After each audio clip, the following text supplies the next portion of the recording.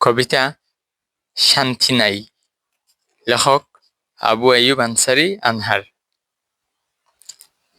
হাল জামানার পরিস্থিতি শান্ত হয়েও শান্তি নাই।